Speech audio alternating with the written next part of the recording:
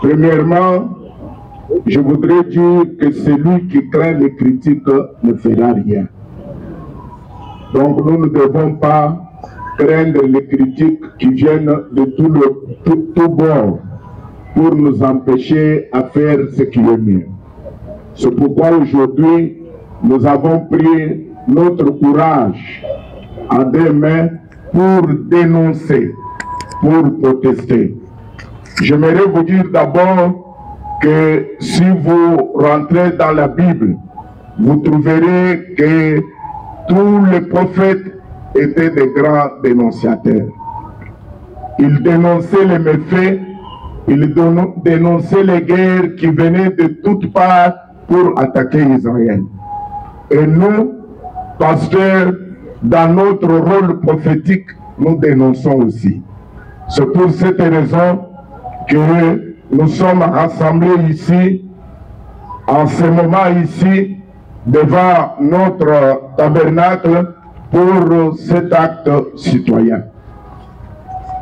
Cet acte ne s'inscrit pas sous un signe d'un quelconque parti politique. Ça, c'est un acte citoyen, un acte patriotique, parce que nous sentons que nous sommes Congolais, que notre pays est menacé et que par contre, nous ne devons pas rester silencieux.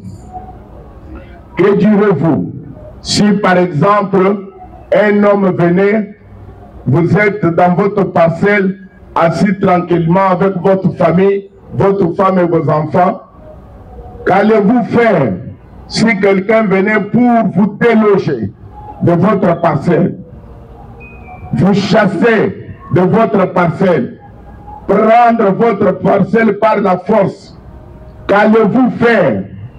Allez-vous rester sans résister ou allez-vous faire quelque chose? Qu'allez-vous faire? C'est pour cette raison que nous avons considéré la République démocratique du Congo comme un pays que Dieu nous a donné. Et nous ne pouvons pas rester tranquilles. Nous ne pouvons pas rester sans réagir contre l'agression injuste, contre la guerre qui nous est imposée par nos voisins de l'Est. C'est pour cette raison que le prophète William Marion Branham nous dit que, je cite, « Tout homme qui se respecte se battra pour défendre le droit qu'il a reçu de Dieu. » C'est dans la prédication La Brèche, paragraphe 109. Tout homme qui se respecte, et je crois nous nous respectons, pour réclamer notre droit, pour réclamer ce que Dieu a fait pour nous. Dieu nous a donné ce pays pour y vivre. Dieu nous a donné ce pays pour qu'on l'appelle une nation, et nous attendons rester dans ce pays. Nous ne pensons pas que nous pouvons céder même 1 centimètre de ce pays à quelqu'un d'autre. Ça, c'est notre pays. C'est pourquoi nous sommes au Zoé Tabernacle de Mbujimayi, croyants de la parole de Dieu, telle que révélée par son prophète William Marion Branham. La situation de la géographie sécuritaire de notre pays, la République démocratique du Congo, renseigne qu'une partie de notre terre de l'Est, avec son sous-sol riche en minerais, est occupée par la force des armes portée par les hommes ressortissants des pays voisins de l'Est de notre pays. Et nous ne pouvons pas garder la langue dans notre poche. Il s'agit ici de Rwanda et de l'Ouganda. Nous sommes citoyens de ce pays par la volonté du Dieu Tout-Puissant, créateur des cieux et de la terre.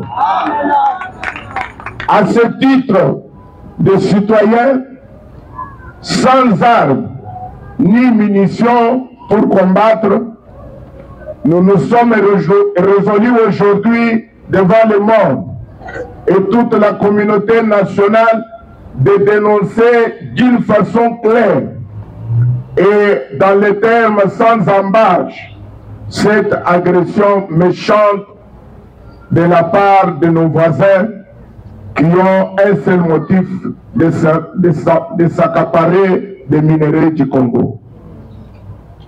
Pour notre part, comme chrétiens de ce grand pays, nous avons pris l'engagement de dénoncer par ce geste aujourd'hui. Quel geste?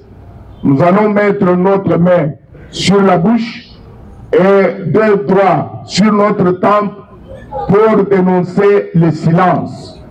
Et ce geste doit parcourir le monde entier pour que la communauté internationale voie leur silence et leur complicité dans cette guerre qui nous est imposée injustement par nos voisins de l'Est.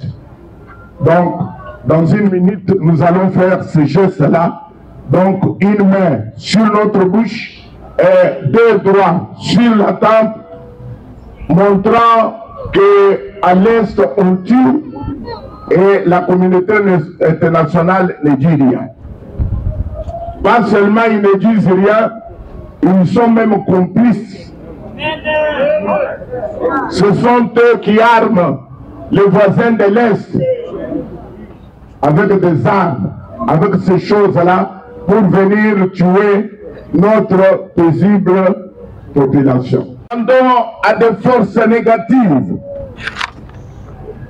venues de l'étranger et à la communauté internationale qui les soutient de cesser immédiatement toute attaque contre notre pays, d'arrêter toute exploitation de notre sous-sol et de rentrer d'où elles sont venues.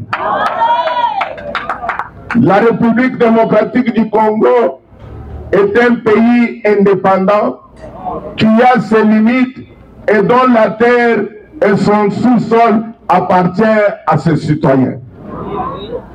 À nos voisins de l'Est, nous demandons de respecter notre pays, de cesser cette tradition éhontée d'attaquer par les armes nos concitoyens,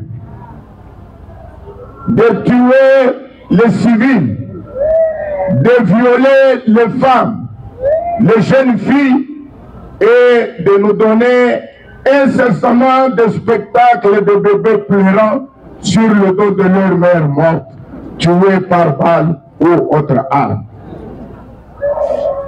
Nous disons non. Non! Nous disons encore non. Non! Nous disons très fort non.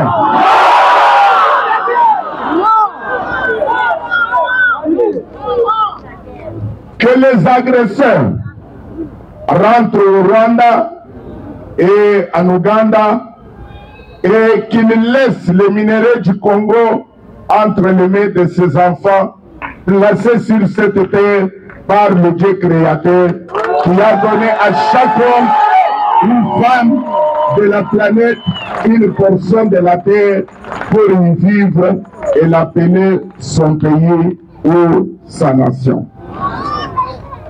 Ce jour, unis par le sort, à travers notre destin national commun, convaincus qu'on se libère que par la lutte, nous nous lèverons unanimement ce jour, comme Shamgar, avec un aiguillon à bœuf, comme David, avec une fronde contre les Philistins, comme Reine Esther, face au génocide planifié contre son peuple.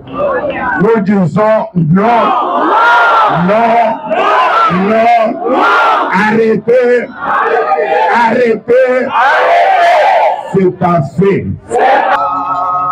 Que tous nos frères de l'Est trouvent ici notre fraternité, notre solidarité, que tous nos frères de l'Est trouvent ici les sentiments de sympathie et nous leur disons que nous sommes ensemble dans les douleurs, dans cette guerre. Vous avez vu des vidéos qui ont circulé sur le toile où vous avez vu un enfant pleurant sur le dos de sa maman alors que cette dernière était tuée par les balles de Rwandais. Ça nous a fait mal au cœur. Nous ne pouvons pas prendre les armes, nous sommes civils, nous sommes pacifiques, nous sommes des chrétiens, mais nous pouvons prendre des armes spirituelles.